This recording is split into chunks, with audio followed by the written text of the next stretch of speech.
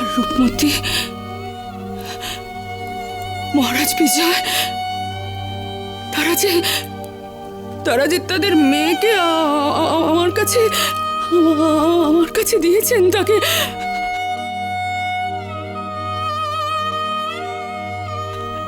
আমি রক্ষা করার বদলে তার এত বড় ক্ষতি করব? না না না না না, এই হতে পারে না, এই হতে পারে না। আমি কিছুতেই কিরণকে ওই অশুভ ধৃতিরাজের হাতে তুলে দিতে পারি না, কিছুতেই পারি না, কিছুতেই না। মহারানী আম্রপালি,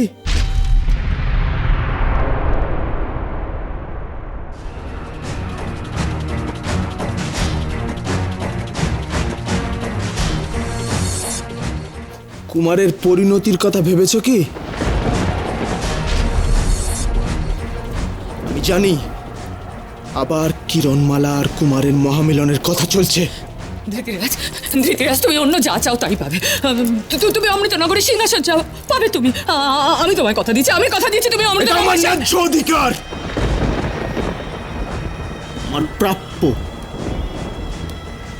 এটা যদি তুমি আমাকে না দাও, তাহলে আমার সঙ্গে অন্যায় করা হবে। কিন্তু কিরণমালাকে যদি তুমি আমার হাতে না তুলে দাও, তাহলে সেটা আমার সাথে প্রতারণা করা হবে, প্রতিশ্রুতি ভঙ্গ করা হবে, আর তার মূল্য তোমাকেই দিতে হবে। কুমারের প্রাণ দিয়ে তার মূল্য চোকাতে হবে। টঙ্কারের সাথে ছলনার ফল ভয়ঙ্কর।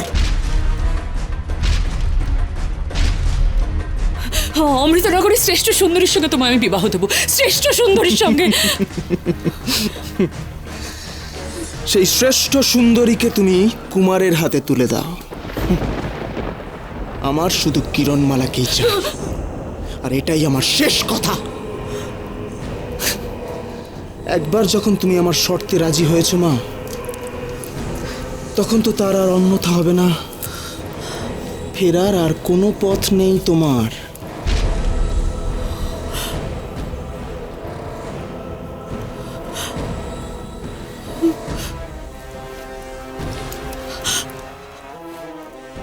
এত বড় শাস্তি আমায় দিও না, এত বড় শাস্তি আমায় দিও না।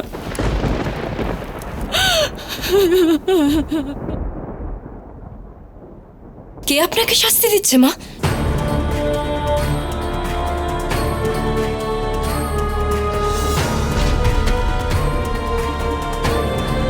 কি হয়েছে মা?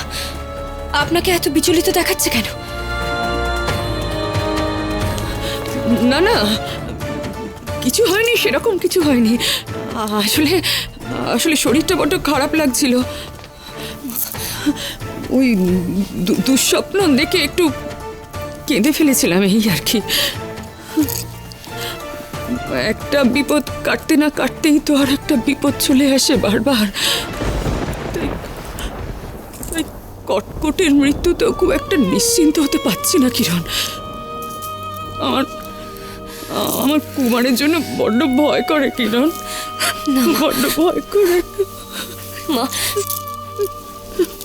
আমার প্রাণ থাকতে কুমারকে কোনো বিপদ স্পর্শ করতে পারবে না। আমি আপনার কাছে প্রতিজ্ঞা করছি মা। কিরণ, তুমি যে আমার কুমারের রক্ষা কবচ মা, তুমি যে ওর জীবনদাত্রী, আমার আশা ভরসা সব তুমি। আমি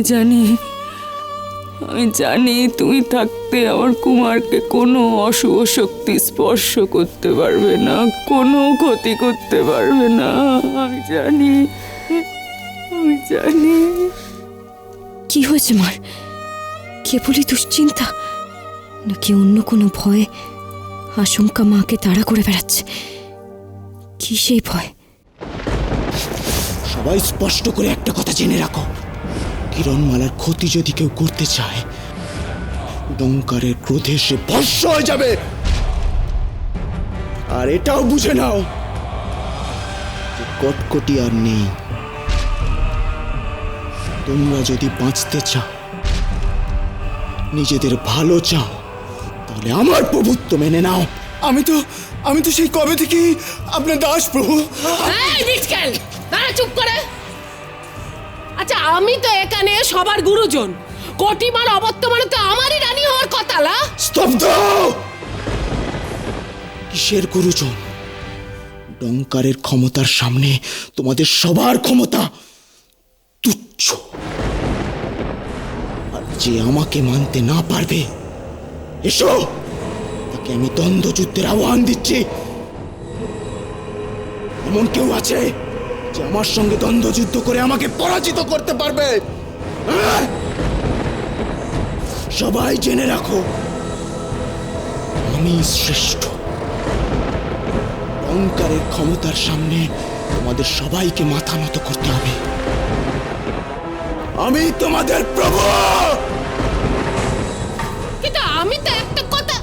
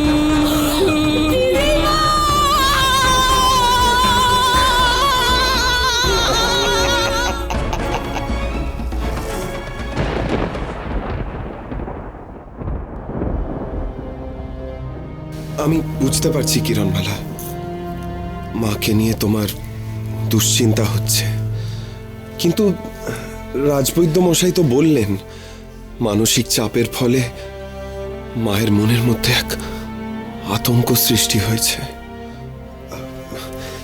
কিন্তু দেখবে ধীরে ধীরে সেটা কেটে যাবে। আমরা তো ফিরে এসেছি, এবার সব ঠিক হয়ে যাবে। না কুমার, গোটা বিষয়টা আমার কাছে এত সহজ বলে মনে হচ্ছে না। তোমারও তো দেখছি মায়ের মতোই অকারণে দুশ্চিন্তা করার স্বভাব হয়ে গেছে। এসব কথা ছেড়ে এখন তোমার একটা কথাই ভাবা উচিত। কি কথা?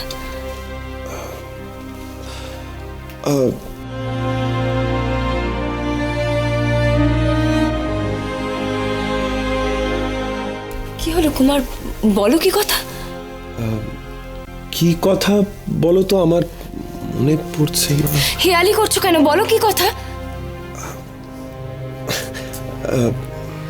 ছাড়ো, আমি শুনতেও চাই না।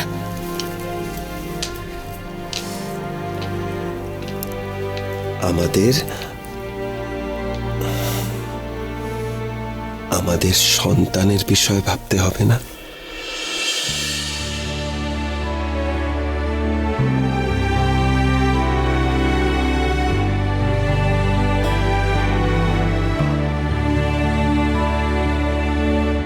রূপবতী কন্যা এলে সাগর জলে ভেসে, না জানি হায় এতটা কাল ছিলে যে কুমার, কিরণ,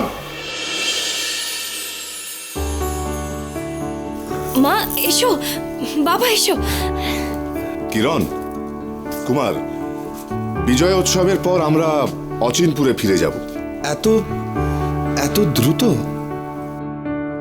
হ্যাঁ বাবা, রাজার কাজ রাজ্য সামলানো।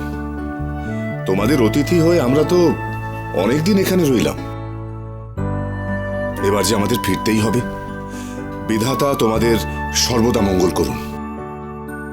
মহারাজ, আমি কিরণের সাথে এখান থেকে কিছু কথা বলতে চাই।